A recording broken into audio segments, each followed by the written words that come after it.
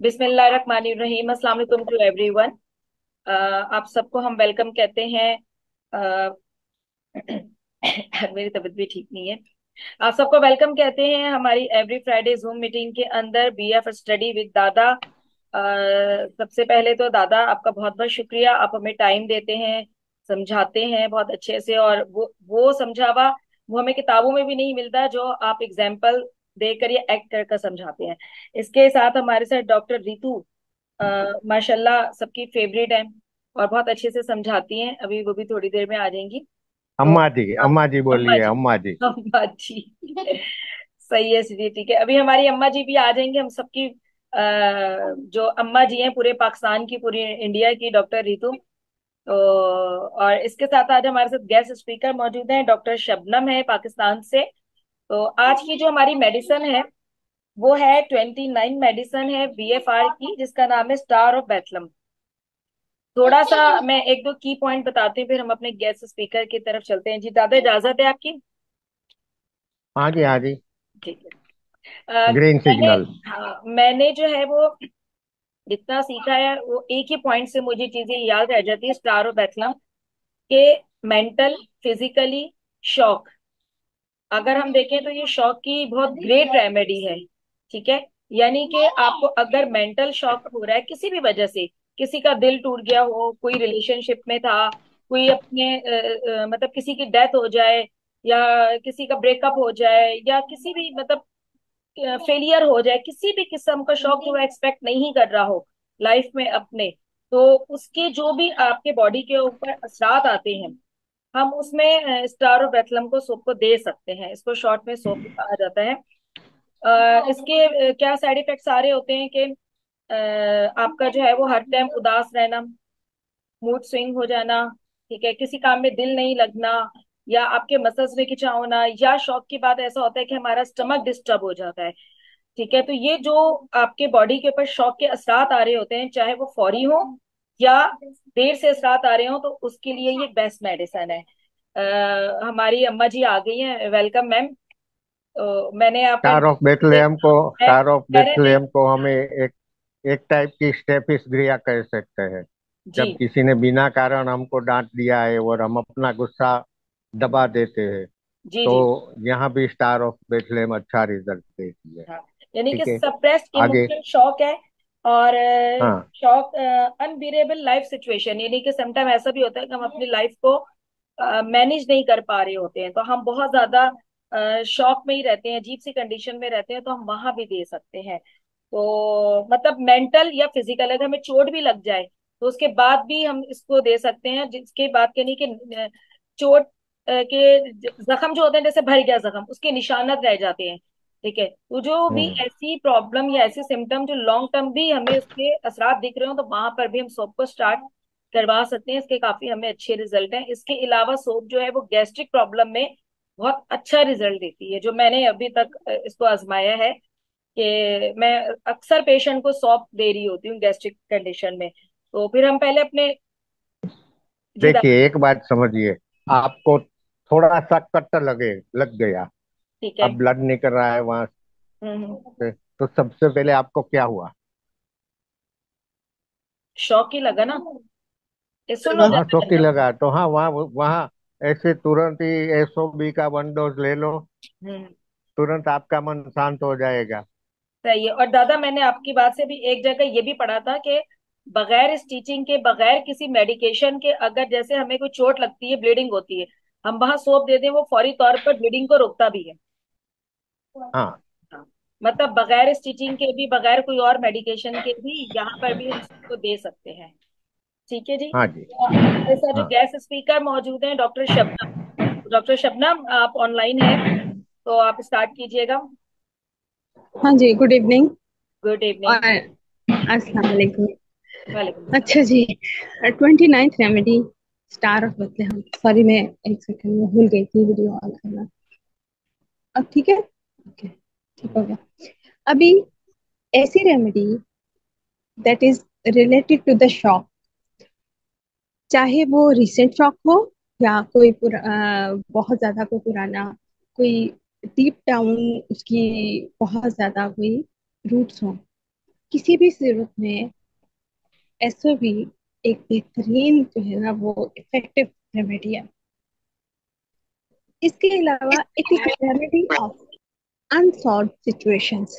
यानी कई दफा हमें पता ही नहीं होता, पेशेंट को पता ही नहीं होता कि बैकग्राउंड जो जिसे कहते हैं बैकग्राउंड म्यूजिक, यानी ट्रॉमा जो बैकग्राउंड में पड़ा हुआ है, बैकग्राउंड में जो कोई रीजन है वो क्या है, और उसके इफेक्ट्स हमारी बॉडी पे या इमोशनली या फिजिकली या साइकोलॉजिकली किसी भी इंसान के या किसी भी पेशेंट के वो किस तरह सामने आ रहे हैं।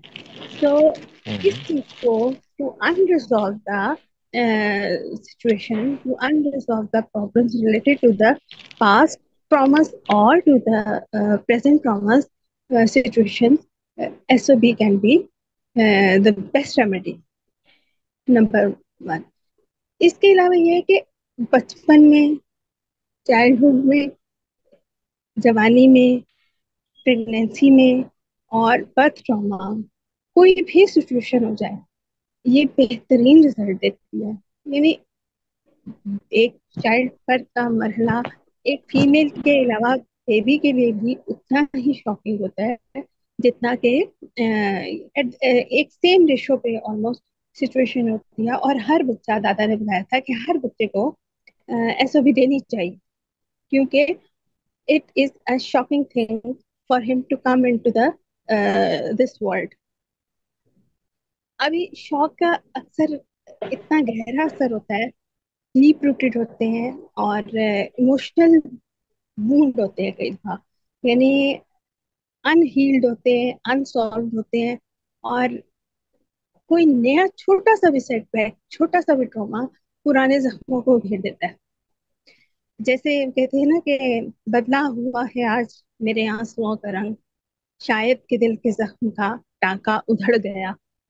तो ऐसे पेशेंट्स जो है ना वो हर शॉक पे उनके दिल के जख्म का टांका जो है ना वो उधड़ता ही रहता है और उनकी तकलीफ में, नई तकलीफ में इजाफा करता रहता है। टॉलरेंस लेवल रिड्यूस हो जाता है इन सारी सिचुएशंस को फेस करते करते, अपने इमोशनल लेवल पे उनको दबाते। और अक्सर तो उनको पता भी नहीं होता कि हमारे साथ चल क्या रहा है। छोटे छोटे मामला उनको परेशान कर देते हैं। और बहुत ही एक्सट्रीम केसेस अगर हो जाएं, वो छोटी छोटी मुश्किलें इतनी बड़ी मुझ पे कि आसा हो गई, वो उनको महसूस ही नहीं होता अक्सर कि ये छोटी सिचुएशंस जो हैं ये एक पीछे बड़े तूफान का पेश खाना है। और वो तूफान जो है वो एक हिस्टेरिकल रिएक्शन के तौर पे अक्सर सामने आता है, जब बहुत ज्यादा अम, बैठ जाता है उनकी, जिसे कहते हैं ना जड़ों में बैठ जाता है। अक्सर ये कहा जाता है, इन लोगों को कहा कहते सुना जाता है कि आई एम एक्सट्रीमली डिसअपॉइंटेड। और इसके अलावा यह है कि मुझे मेरा मासी बार बार ख्वाबों में आता है, मुझे वो ट्रॉमास याद आते हैं, उनके हेल्यूसिनेशंस होते हैं इस तरह के कि जैसे पास्ट में कुछ हुआ था। और उस शॉकिंग सिचुएशन को, माजी की सोच को फील करके या उस ट्रॉमा में से गुजरे हुए फीलिंग को अपने ऊपर तारी होता देख के वो अक्सर रो भी पड़ते हैं। अभी ये इमोशनल शॉक जो है, it causes a conversion of the whole energetic system. उनके एनर्जेटिक सिस्टम को ये डिस्टर्ब कर देता है। और अगर किसी थेरेपी में ब्लॉकेज आ रही हो तो S O B is the main remedy, कि आप उसको एसओ बी दे दें, उनकी ब्लॉकेज जो है ना वो रिमूव हो जाएगी। इसके दादा ने तो बताया कि स्टेफी से साथ इसको हम कर सकते हैं। एक इसकी जो इमोशनल उसका जो डिस्टरबेंस है ना, उसमें हम इसको ओपीएम के साथ भी थोड़ा सा रिलेट कर सकते हैं। इसकी बात यह है कि neurosis, hysterical symptoms, thyroid related issues और डिस्फेगिया और हार्ट अटैक से रिलेटेड प्रॉब्लम्स और ब्रोंकियल एस्थमा, नर्वस ब्लैडर, ये सारी जो सिचुएशंस हैं ये भी इस पेशेंट को फेस करनी पड़ती हैं। और एक और बात कि SOB is the first best remedy that eliminates trauma. इसके बाद यह है कि ना ये वो ट्रॉमा थेर जो कि थर्म जिसमें ब्लॉकेज होती है, और जो कि ब्लॉकेज भी ऐसी जो कि उसके इमोशनल शॉक को वहां पे डिस्टर्ब कर रही होती है, मेरी इमोशनल शॉक को एनहेंस कर रही होती है, इंक्रीज कर रही होती है। और डीप ग्रीफ, इमोशनल डिसअपॉइंटमेंट, ये दोनों चीजें इसमें एट द सेम टाइम पाई जाती हैं। और कई दफा ये होता है कि कोई बुरी खबर सुनी तो शॉक में चले जाते हैं। कोई physical injuries, like road accident हो गया, कोई स्कल इंजरी हो गई, कोई इस किस्म की स्पाइनल इंजरीज या फ्रैक्चर वगैरह, ये भी उसको एसओबी की ही उसमें थेरेपी के अंडर ही आती है। मेरा अपना एक केस है। मेरे पास एक पेशेंट थे, उनकी मिसेस ने मुझे कहा कि मेरे हस्बैंड की चाइल्डहुड ट्रॉमास हैं, कि उनके मदर फादर में कोई प्रॉब्लम थी, आपस में अंडरस्टैंडिंग नहीं थी, और वो मदर को गुस्सा आता था तो वो उठा के पटक देती थी बच्चे को, और बाप को गुस्सा आता था तो बिल्कुल बेचारे वो रोलिंग स्टोन बनाया हुआ था। उसको वॉलनट और एसओबी देने के बाद 1 महीने के बाद उसकी बीवी कहती है, आपने तो मुझे दुनिया में दोबारा जिंदा कर दिया। वो इतना अच्छा रिजल्ट मिला, और हिज फाइन। और वो जो जिस तरह के उसको रातों को उठ उठ के वो एक आती थी ना, कि मुझे अपने बचपन के ख्वाब आ रहे हैं, कि मुझे मेरे पेरेंट्स मिस ये कर रहे हैं, मेरे साथ मुझे उठा उठा के पटक पटक रहे हैं।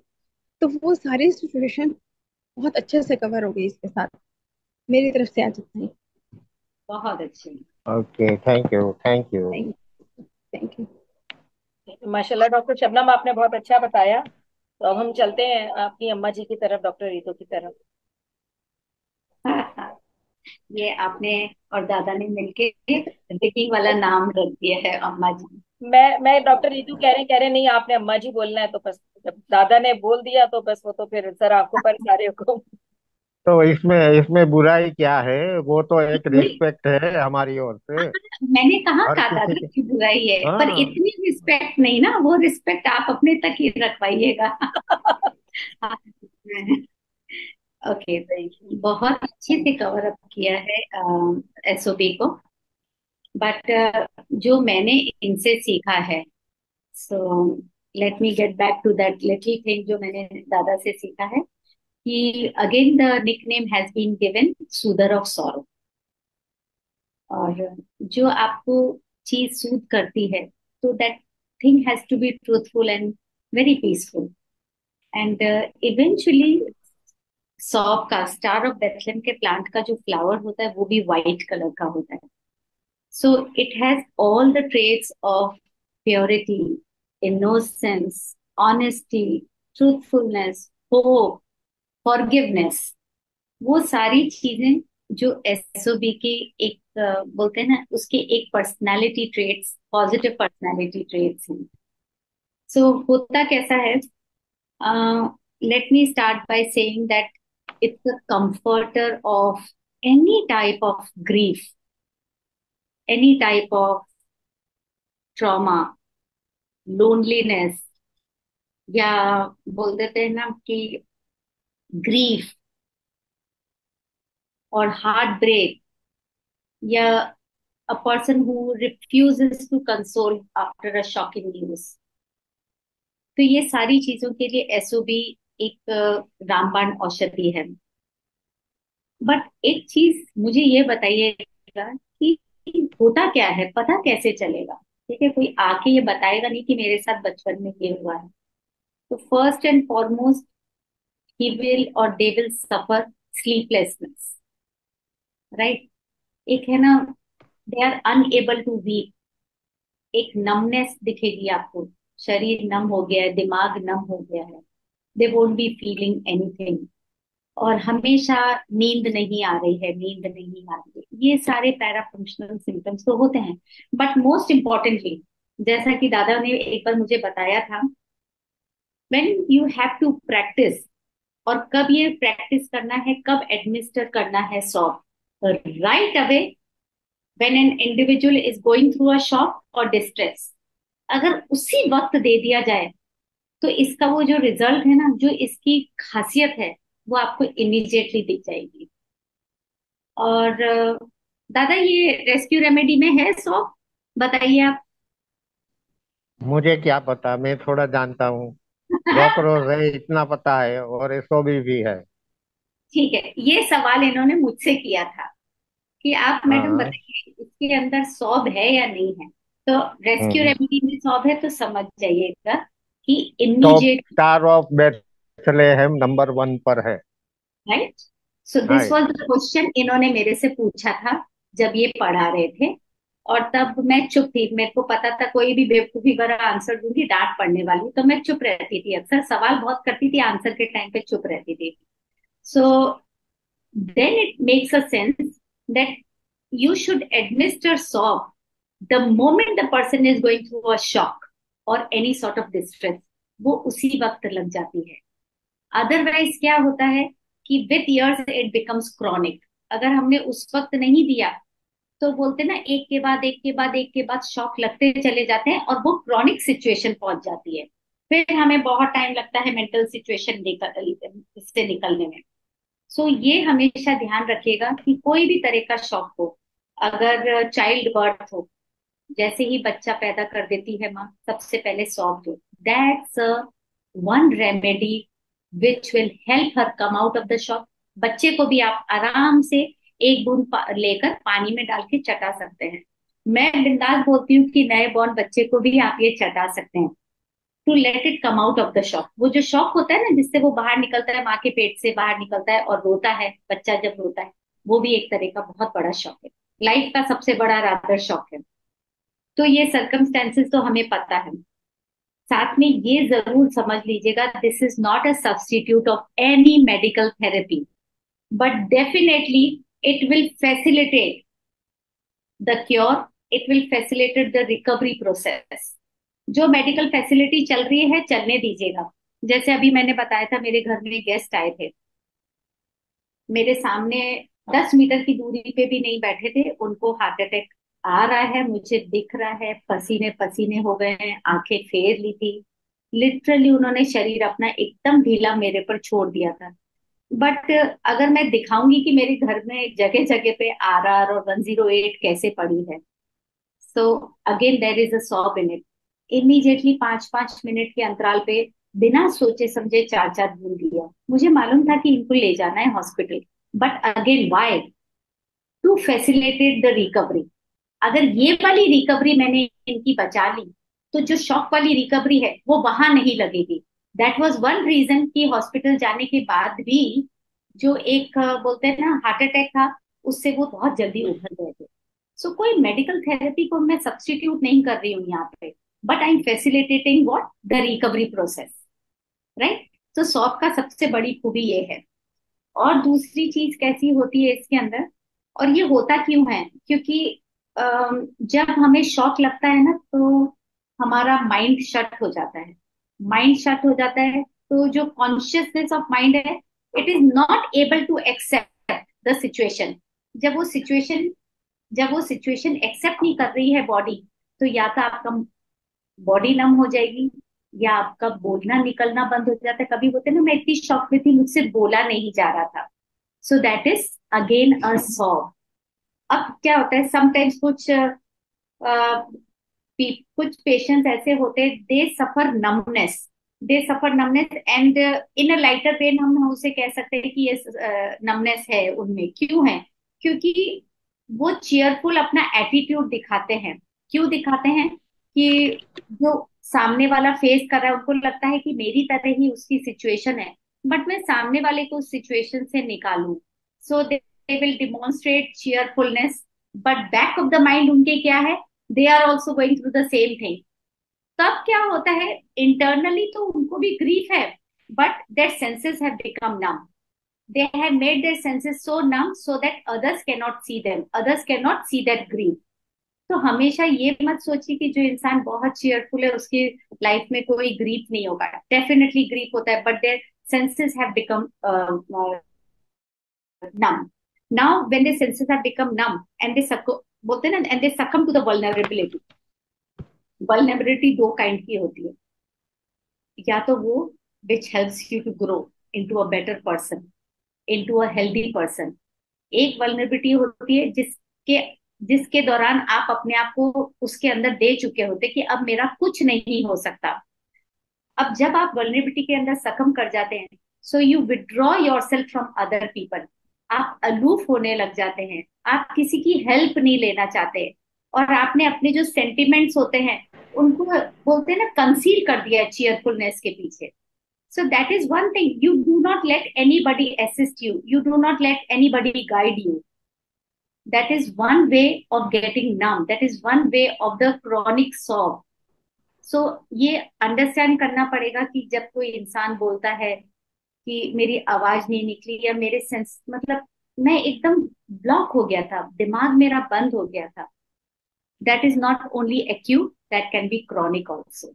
तो बहुत जरूरी है समझना कि एक्यूट कंडीशन में देंगे तो कितनी जल्दी फायदा करता है, और क्रॉनिक कंडीशन में उसके क्या पैराफंक्शनल सिम्टम्स होते हैं, और वो कैसे हमको निकालने की कोशिश करता है।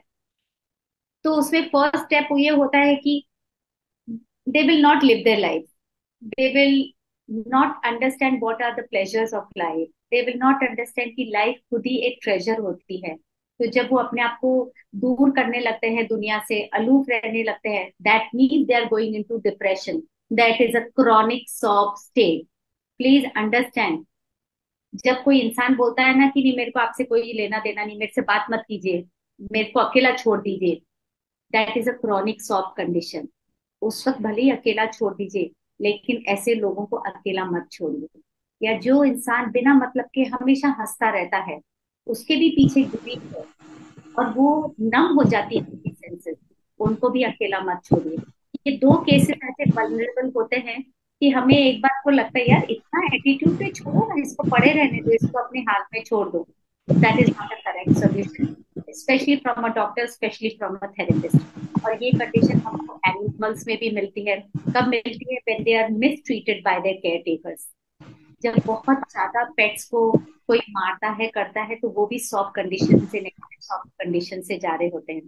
या फिर होता है जब बोलते हैं ना लड़की की शादी हो जाती है, वो भी एक सॉफ्ट कंडीशन होती है। वो एक शौक ही होता है कि इस घर में मैं पूरी जिंदगी पली बड़ी, अब मुझे एकदम से जाके नए घर में सेट होना है। अब आजकल के हालात में ठीक है, लव मैरिज होने लग गई है, या लड़का लड़की बोलते हैं, बट पहले तो बिना शक्ल देख के ही शादी हो जाया करती थी। So that was a soft condition. So I guess this is all from my side. लेकिन अफकोर्स इसके पैरा फंक्शनल सिम्टम्स बहुत वल्नरेबल हैं, more than physical, they are very vulnerable. You need to understand, इस vulnerability में या तो growth हो सकती है, या a person succumb to their own depression. So this is all from my side. Back to Noreen madam and दादा। Back back madam जी यहाँ, मैडम रितु मैडम जी यहाँ मैं लास्ट वीक का एक केस आपको याद दिलाना चाहता हूँ। हेलो। जी जी दादा सुन दादा आ रही रही है। है बात। हाँ लास्ट, हाँ लास्ट वीक जो लेडी का केस था ऑनलाइन, शादी हुई थी, 6 महीने में डिवोर्स हो गया, हाँ बहुत हाँ। पूछा बहुत पूछा, बाद में फुट फुट के रोने लगी और बताया कि मेरे अंकल ने हेरेसमेंट किया था, वो भी बार बार। यस। और तब हमने ये डिसाइड किया था कि इसकी ट्रीटमेंट स्टार ऑफ बेथलेहम से स्टार्ट करते हैं। एग्जैक्टली exactly, दादा। और शायद हमने स्टार ऑफ बेथलेहम एक अलग से रेमेडी दी थी, दूसरी हाँ, रेमेडी के कॉम्बिनेशन। बहुत से मैरिडों के किस्से में ये आता है कि कुटुंब का कोई न कोई हेरेसमेंट करता है या जबरदस्ती करता है। लड़की बेचारी फैमिली में किसी को बता नहीं सकती। कई बार तो और फैमिली ये, मेंबर्स भी मना कर देते हाँ, और ये शौक इतना गहरा होता है ना कि उसकी मैरिड लाइफ हैप्पी कभी नहीं रहेगी। बट हैं। यहाँ राइट। आप उसको स्टार ऑफ बेथलेहम चालू रखते हो, दे देते हो ना, तो वो उसकी लाइफ हैप्पी हो जाएगी। और जैसे एक चीज हमने और बताया। बताती हूँ, दादा ने वो क्रॉनिक केस था, तो दादा ने आपको और भी रेमेडीज दी थी, लेकिन एक बॉटल में उन्होंने सिर्फ सौंफ दिया था, और उस लेडी को कहा था कि 6 बार लेना है दिन में। So you need to remember कि जरूरी नहीं है हर डोज 4 गोली दिन में 3 बार ही देनी है। आप 4 बार भी दे सकते हैं, एक्यूट और क्रॉनिकनेस देख के आप 6 बार भी दे सकते हैं, देर इज नो हार्म। हाँ जी, हाँ जी दादा। हाँ, तो स्टार ऑफ बेथलेहम का एक सिम्टम्स है जी। कि इसका शौक का रिजल्ट आपको तुरंत ही मिले ऐसा जरूरी नहीं है। कुछ दिनों के बाद मिल सकता है, कुछ हफ्तों के बाद मिल सकता है, महीनों के बाद भी मिल सकता है, और सालों के बाद भी मिल सकता है। हाँ, क्योंकि ये जब बचपन का है। हाँ, जब कोई बोले ना ड्यूरिंग केस टेकिंग कि ये टाइम पे मुझे ये शौक लगा था और बोन पेन है, तो उसको स्टार ऑफ बेथलेहम दे दो। स्टार ऑफ बेथलेहम का बोन पेन। तो डेंगू क्या है? डेंगू को हम क्या बोलते हैं? हड्डी तोड़ बुखार, यूपापर।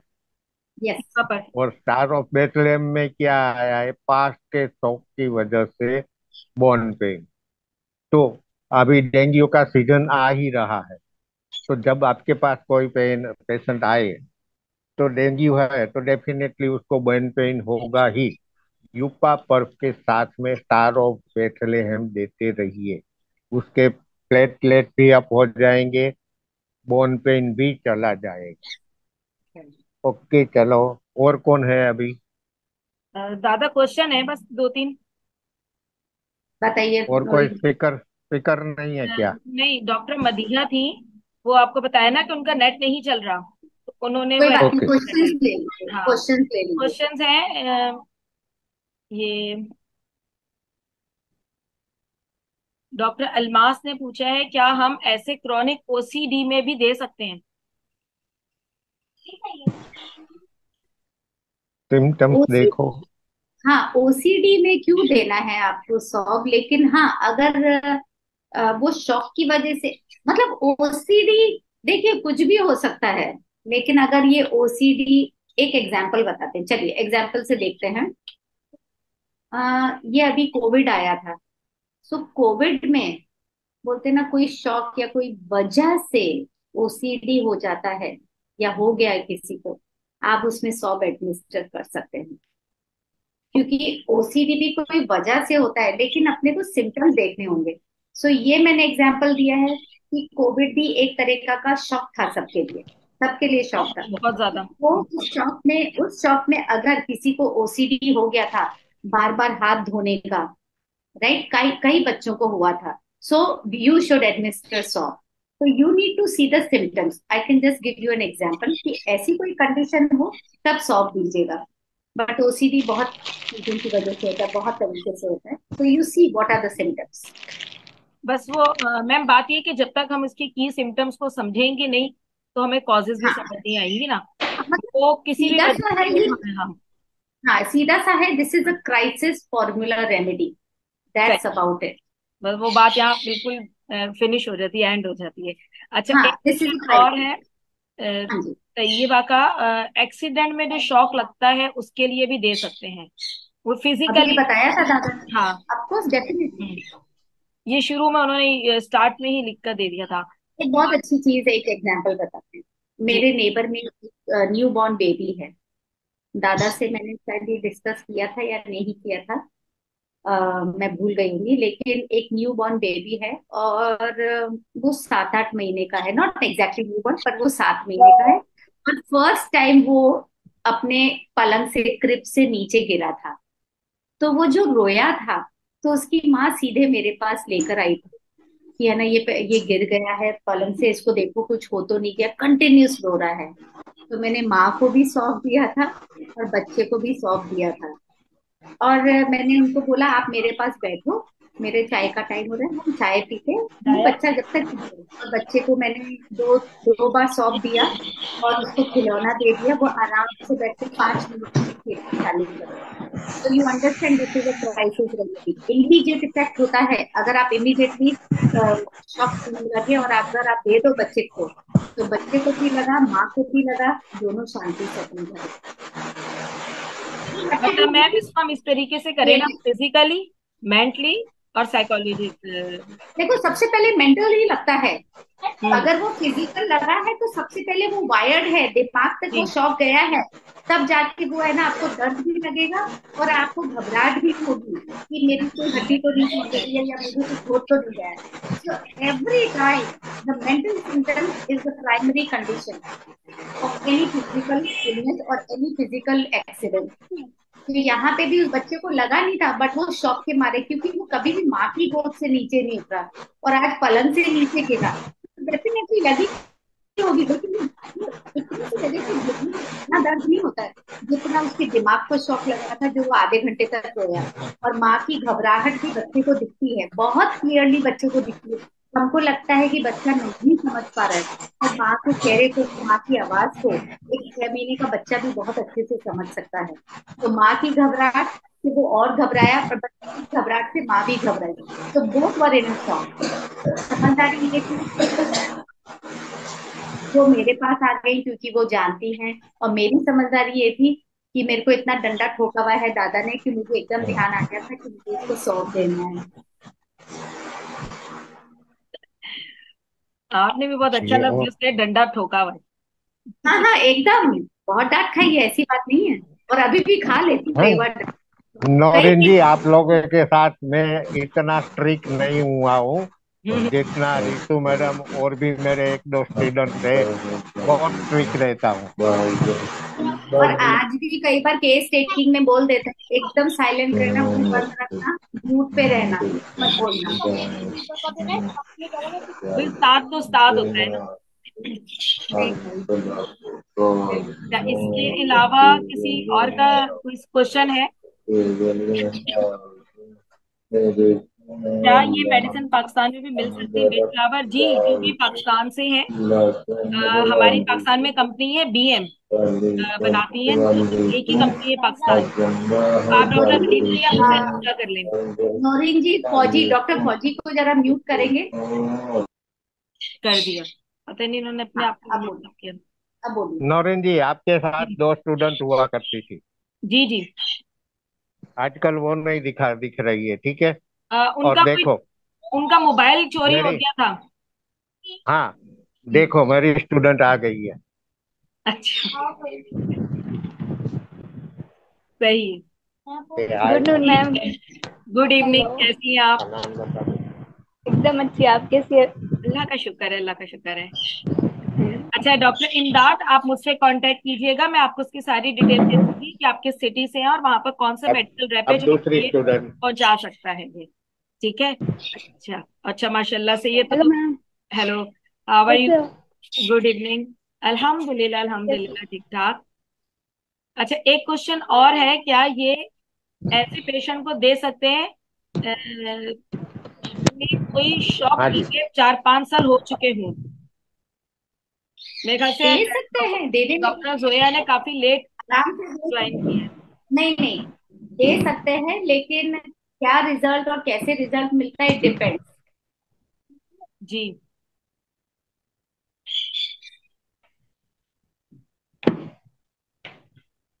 जी, डॉक्टर इमदाद, आप मेरे नंबर पर ही डॉक्टर कलीम के नंबर पर आप मैसेज कीजिएगा, मैं आपको बता दूंगी। आप इस पे चैट पर कर रहे हैं ना, ये तो अभी रिकॉर्डिंग के साथ बंद हो जाएगी। इसके अलावा अगर अभी और तो क्वेश्चन है तो। कुछ एक चंद मिनट है चंद हमारे मिनट ही बाकी है। चंद मिनट ही बाकी है। दादा, I only think 1 minute are left. हाँ हाँ, हाँ, अभी कोई हो गया। क्वेश्चन नहीं है। हम्म तो आज तो कुछ बोला ही नहीं था। जैसे हर बार बोलता हूँ, तो लास्ट में बोलना चाहूंगा। चाहत जी जी। बन गई है बेच फ्लावर, आदत बन गई है बेच फ्लावर, हर सांस में यूं आती जाती रहती है बेच फ्लावर, जैसे मेरी इबादत बन गई है बेच फ्लावर। क्या क्या बात है बात है, दादा आपकी, क्या बहुत बात है, सुंदर, बहुत खूब। बहुत सुंदर। आखिरी वाली लाइन तो कमाल कर दी कि इबादत बन गई है, यकीन करें।